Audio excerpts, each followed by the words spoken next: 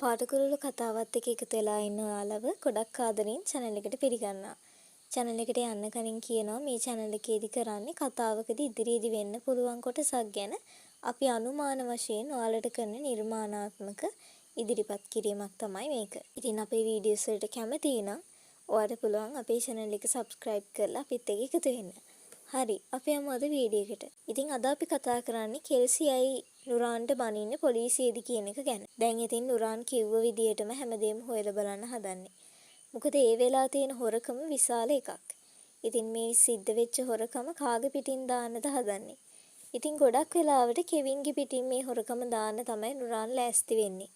හැබැයි වැඩේ තියෙන්නේ මේ විදිහට කෙවින් පිටින් දැම්මට පස්සේ කෙල්සි මේක ගැන විශ්වාස කරයිද නොකරයිද කියන කාරණේ ගැන. ඉතින් ඔයාලට මතකද නුරාන් ෆෝන් එකක් දීලා කෙල්සිට කතා කරන වෙලාවේ කෙල්සි නුරාන් කියපු විදිහටම වැඩ කරන්න හැදුවේ.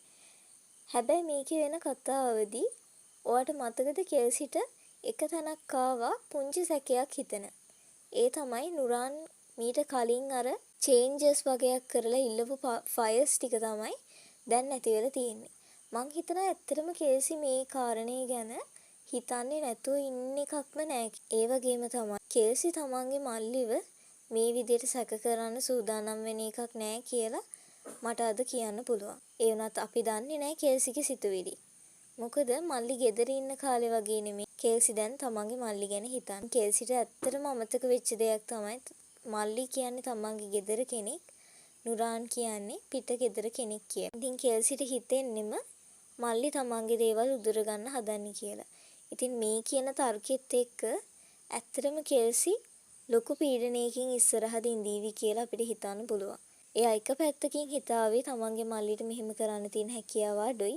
හැබැයි යාට තව පැත්තකින් ඒක ගැන හිතන්න විදියකුත් තියෙනවා. හැබැයි ටික කාලයක් යද්දී හම්බෙන සාක්ෂිත් එක්ක කෙල්සිට ඇත්තටම හිතෙන්න පුළුවන් නුරාන් වැරදි කියලා. මොකද ඇත්තටම නුරාන් ගාව වැඩ කරන කෙනා තමයි මේ හොරකම කරලා තියෙන්නේ.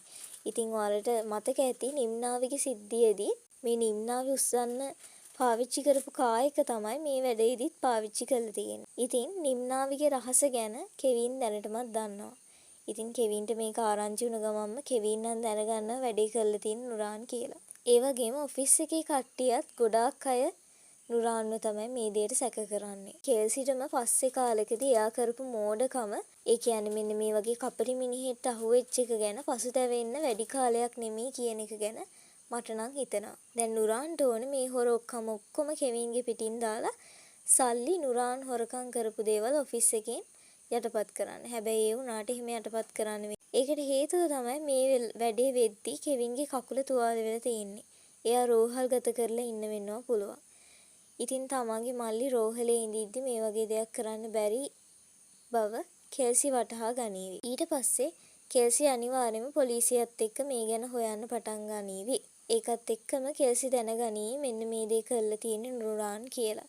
ඒකට තවත් සාක්ෂියක් තමයි පොලිසිය වැඩ කරන ජයනාත් දන්නවා ඇත්තටම අර නිම්නාවිගේ කේස් එකේදී ඇත්තටම පොලිසියට බාර වුණ මිනිහා නෙමෙයි ඒ දේ කරලා තියෙන්නේ කියලා වෙන කෙනෙක් කියලා. ඒ වගේම ඒකෙදි පාවිච්චි කරපු කායක මේ සිද්ධියේදී භාවිත කරලා තියෙනවා. ඉතින් මට හිතෙනවා ඇත්තටම මේ සිද්ධිය නුරාන්ගේ පැත්තට කැරකෙන්න තියෙන සම්භාවිතාව මෙන්න මේකින් ඉතාමත් වැඩි වෙයි කියලා.